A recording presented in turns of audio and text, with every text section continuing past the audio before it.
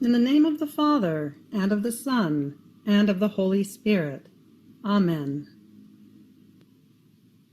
By the Sacred Heart of Jesus, and the Immaculate Heart of Mary, one with Luisa, the little daughter of the divine will, I enter into the holy divine will. Come, divine will, come beat in my every heartbeat. Come breathe in my every breath. Come pray, adore, and reign in me.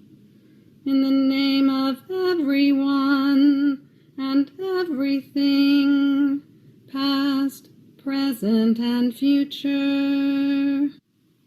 In, with, through, and for Jesus, Mary, and Luisa.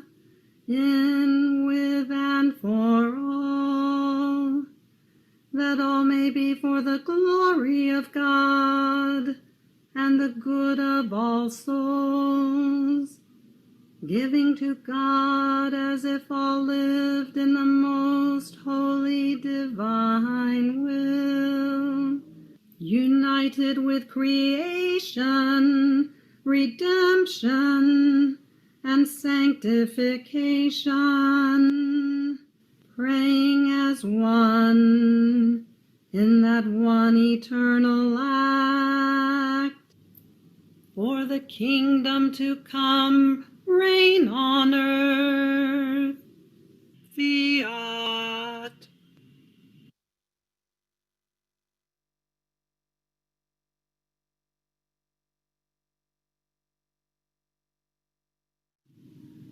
Book of Heaven, Volume 16, Part 3. September 2nd, 1923. Luisa suffers the pain of humanity separated from God, in addition to the pain of the privation of Jesus. The nations are preparing for war. I felt very embittered because of the privation of my adorable Jesus. More so, since making himself seen like a flash, he would draw me outside of myself, and while he would escape me like a flash, I would be forced to see tragic and gloomy things, rumors of wars, as if they wanted to involve Italy, leaders of governments approaching other leaders, offering sums of money to make them fall into the net of the war. From the month of January of this year, when one day I was in great suffering, Jesus had told me that he was making me suffer in order to give light to the nations, that wanting to make war, wanted to drag others along. What pain it was for me to go outside of myself, to see people suffering, another war field being armed, and not to have my Jesus together with me to say a word to him, to snatch from him, even at the cost of pains, mercy on the unfortunate humanity. So I spent several days in this state, and my heart could take no more. I felt not only the pain of being almost without Jesus, but another pain, so hard that I myself am unable to manifest it. Then he made himself seen for just a little, clinging to my heart, seeking refuge and rest, for he could take no more. And I clasped him to myself and said to him, "My life, Jesus, tell me, where have I offended you that you do not come? What is this pain, on top of the pain of your privation, that lacerates me and separates me from you?" And Jesus, all afflicted, told me, "My daughter, have you perhaps placed in anything your will to offend me, that you fear I have withdrawn from you?"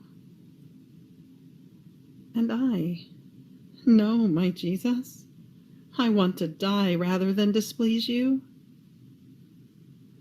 And Jesus, well then, a daughter who has always been with her father must be attentive on knowing the secrets, the manners, the reasons for the way he deals with her. I have been with you for so long, and you still do not understand the reasons that force me to withdraw. But you have understood them, also from the grave evils you saw, when I would come to you like a flash, and drawing you outside of yourself, I would leave you alone, wandering around the earth. How many tragic things have you not seen? And on top of this, the great preparations for war that the nations are making. Last year, France, by moving against Germany, sounded the first bell. Italy, by moving against Greece, sounded the second war bell. Then another nation shall come, that shall sound the third, to call them to the fight. What perfidy! What obstinacy! This is why my justice, unable to bear so much obstinacy any longer, forces me to withdraw from you in order to be free in its course. And the pain you feel in your heart, in addition to the pain of my privation, is nothing other than the pain of humanity separated from me. Indeed, it is a horrible pain, so much so that my heart writhed and agonized. And now, because of the bonds you have with me, you remain bound to the whole human family, and are forced to feel this pain yourself. The human generations, with their horrendous sins, separating from me. Courage, do not lose heart. Let me give free course to justice, and then I shall be with you again, and we shall pray and cry together over the lot of man, that he may no longer go wandering on earth, but return to his God. September 6, 1923. When love ceases, sin begins. The reason why Adam sinned. I felt petrified with pain because of the privation of my sweet Jesus. It seems to me that even his flashes, his shadow, keep decreasing. My only support in his privation, that like little drops of dew, sustain the poor little plant of my soul, burned and withered by his privation, giving it a thread of life so as not to let it die. However, I was all resigned to his will, and I tried as much as I could to continue my interior acts, as when I used to take flight together with Jesus in his most holy will. But oh, how differently I would do them. I would do them badly, not finding everyone, so as to give to my God for all. Now I was saying in my interior, my Jesus, in your will I unite my thoughts to yours. And since your thoughts circulate in each created intelligence, I want each thought to draw from yours the love of your intelligence, in order to place each thought of creature in the flight of love. This flight reaches up high into heaven before the Supreme Majesty, and blending with the eternal love, draws the love of the Most Holy Trinity upon earth, over all creatures. Now, while I was doing this and other things, my adorable Jesus moved in my interior, and sighing, told me, My daughter, you cannot be without me. Even less can I be without you. Everything you feel in your heart is I. Your yearnings, your sighs, the martyrdom you suffer because you are without me, is I. It is my heartbeats that reverberate in you, that bring you my pains, that hide me from you. And this is why, when love can endure no more, surpassing justice, it forces me to unveil myself. And as he was saying this, he made himself seen. My God, who can say how reborn I felt? Then he added, My daughter, you gave me the dwelling within you on earth, and I keep you in heaven, inside my heart. So while you are on earth, you are with me in heaven. The divinity delights with the little daughter of the Supreme Will, having her in heaven with them. And since we have our little daughter in heaven and on earth, it is not worthwhile for us to destroy the earth, as justice would want to do, and as creatures deserve. At the most, many cities shall disappear. The earth shall open chasms at several points, making places and people disappear. Wars shall decimate the creatures. But out of regard for our little daughter, we shall not destroy the earth, having given to her the task of making our will live on earth. Therefore pluck up courage. Do not lose heart too much during my absence. Know that I cannot last too long without making myself seen. I myself cannot do it. And you never cease to love me. Never. Not only for yourself, but also for all our dear brothers. In fact, do you want to know why Adam sinned? Because he forgot that I loved him, and he forgot to love me. This was the first seed of his fall. Had he thought that I loved him very much, and that he was obliged to love me, he would never have decided to disobey me. So love ceased first, and then sin began. And as he ceased to love his God, true love toward him also ceased.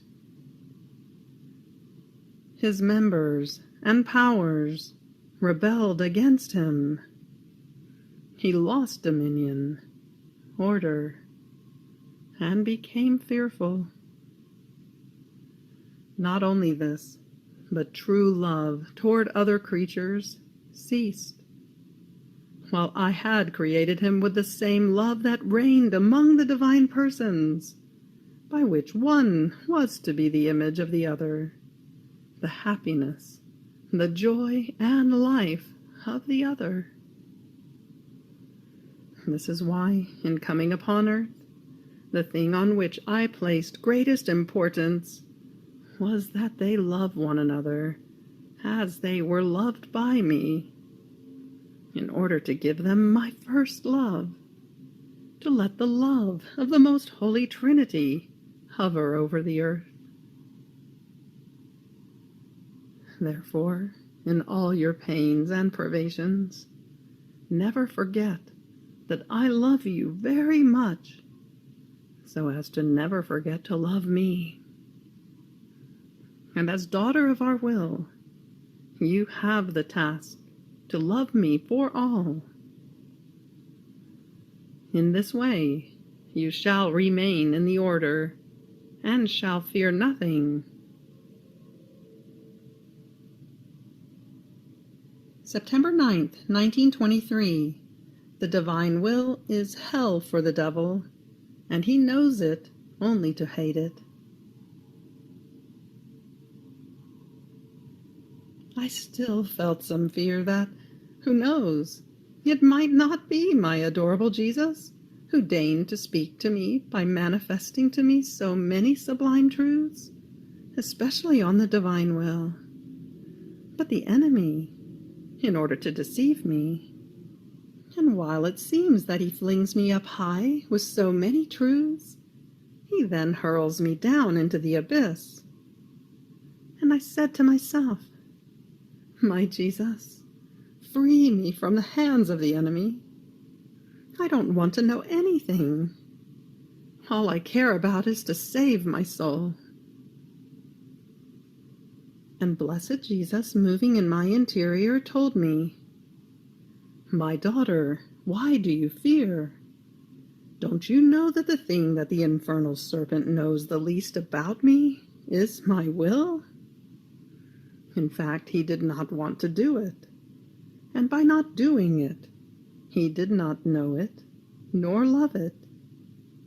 And even less did he penetrate the secrets of my inscrutable volition in order to know the effects and the value of my will.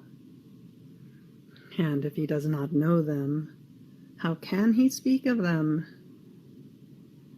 Even more, the thing that he abhors the most is that the creature do my will. He does not care about whether the soul prays, goes to confession, receives communion, does penance, or performs miracles.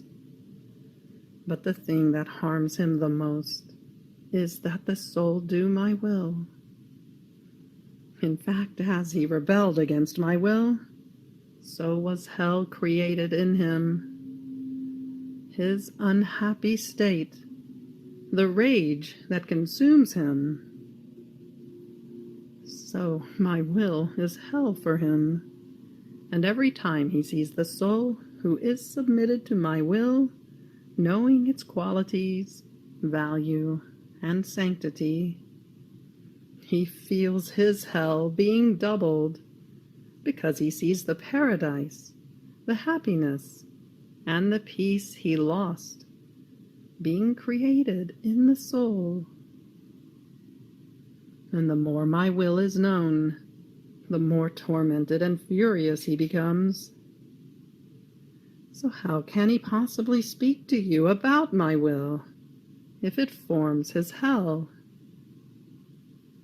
And if he did speak to you, his words would form hell in you, because he knows my will only to hate it, not to love it. And what is hated never brings happiness and peace. And besides, his word is empty of grace. Therefore he cannot confer the grace to do my will. September 14th, 1923, the purpose for which man was created was for him to always revolve around God, just as the earth revolves around the sun. I was thinking of how all things revolve around the sun, the earth, ourselves, all creatures, the sea, the plants, everyone. In sum, we all revolve around the sun. And because we revolve around the sun, we are illuminated, and we receive its heat. So the sun reflects its burning rays upon all, and we, the whole creation, by revolving around it, enjoy its light, and receive part of the effects and goods that the sun contains.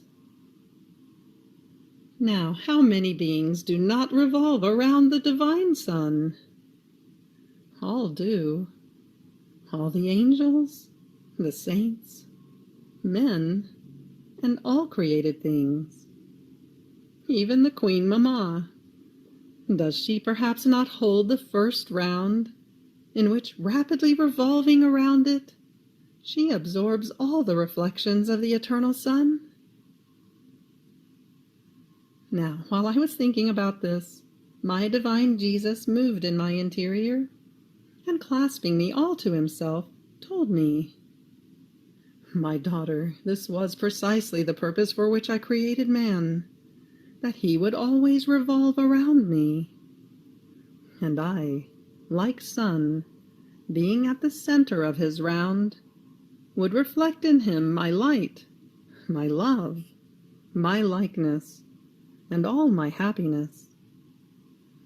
At each round of his, I would give him ever new contentments, new beauty, and more burning arrows. Before man sinned, my divinity was not hidden to man, because by revolving around me, he was my reflection, and therefore he was the little light. So it was as though natural that, I being the great sun, the little light would be able to receive the reflections of my light. But as soon as he sinned, he stopped revolving around me. His little light became dark. He became blind and lost the light to be able to see my divinity in his mortal flesh, as much as a creature is capable of.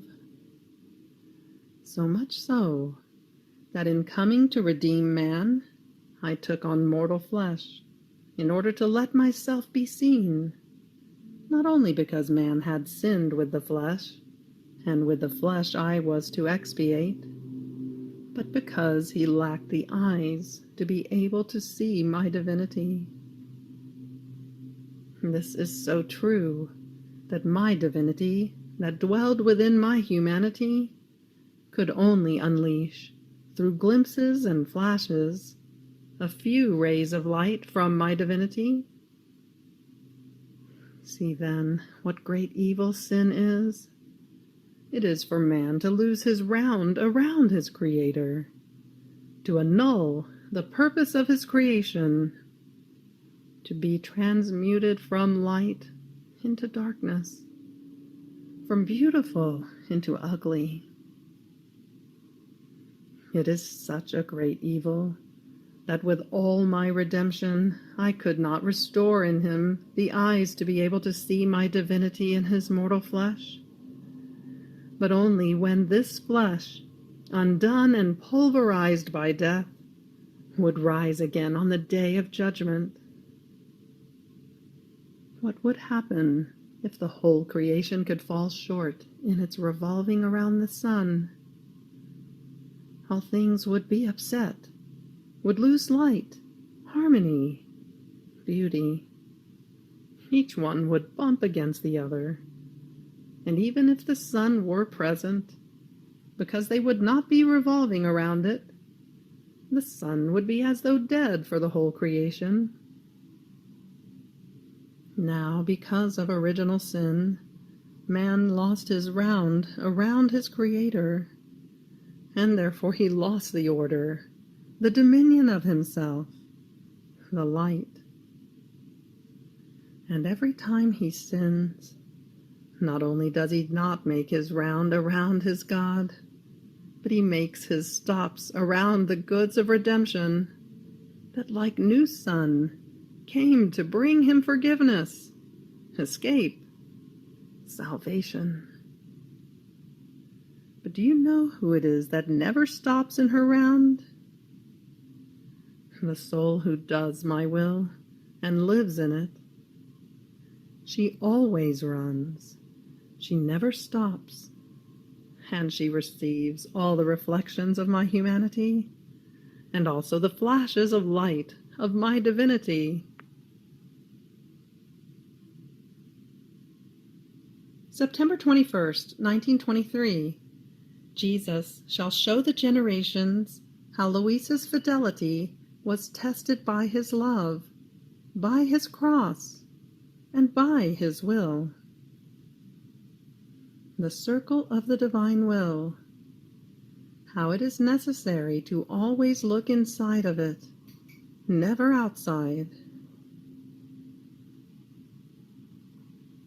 I felt very embittered because of the privation of my sweet Jesus.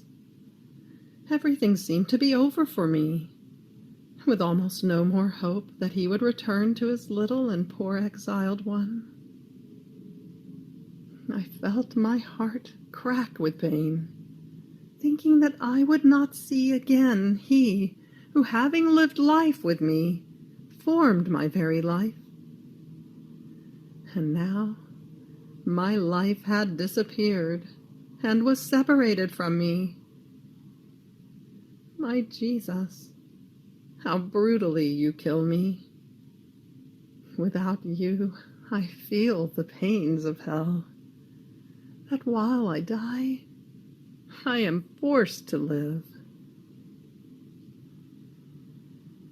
Now, while I was in this state, so painful, my always lovable Jesus moved in my interior, and putting out one arm, he clasped me to give me life again, and told me, "My daughter, my will wanted to make justice of you. This was necessary in order to test your fidelity, since all my attributes concur in all my works. And when the generations shall see all that I have poured into you, and amazed shall say, 'How could she not do all this, after you gave her so much?' My justice shall show the tests it made you undergo, and shall say to them, 'I made her go through the fire of my justice, and I found her faithful, and this is why my love continued its course.' Even more you must know that the first to make justice of you was my love. How many tests did it not make you undergo in order to be sure about your love? The second was the cross that made severe justice of you, to the point that my will, drawn by my love and by my cross, wanted to descend into you and to make you live in it. But my will also did not want to be outdone by my love and by the cross, and to be sure, jealous, it withdrew, making justice of you, to see whether you would continue your flights in my will without me. On hearing this, I said, how could I continue them without you? I lacked the light, and if I would start, I would not finish, because he who, making everything present to me, would make me do it for all, making me bind all the relations between the Creator and all creation, was not with me. My mind would swim in the empty space without seeing anyone. How could I do them? And Jesus, your starting was doing, and your sorrow for being unable to finish was completing. Therefore it takes courage and fidelity. With a little bit of testing, one is always more certain and sure. And besides, if not even my Queen Mamma was spared, would you want to be exempted? Then after some time he came back again, and he made himself seen inside of me, in the middle of a circle, and he was inviting souls to go up on it, so as to let them walk on that circle. I went up on it, never to descend again, and my lovable Jesus told me, "My daughter, this circle is my eternal will, that embraces the great wheel of eternity. Everything that is inside this circle is nothing other than all that my humanity did in the divine will in order to impetrate that my will be done on earth as it is in heaven. Everything is prepared and done. There is nothing left but to open the doors and make it known, so that souls may take possession of it. When I came upon earth to redeem man, it was said about me that I would be the salvation and the ruin of many. The same shall be said now, that this will of mine shall be either of great sanctity, because my will is of absolute sanctity, or of ruin for many. See, while rotating upon this circle, it is necessary to look inside of it, never outside, because inside of it there is light, knowledge, my strength, and my acts, has help, attraction, and life, so that souls may take the life of my will within themselves. Outside of it, there is none of this. Souls shall find darkness and shall fall into the abyss. Therefore be attentive. Keep your gaze always fixed into my will, and you shall find yourself with the fullness of the grace of living in my will. You have reached the end of the Book of Heaven, Volume 16, Part 3. Fiat.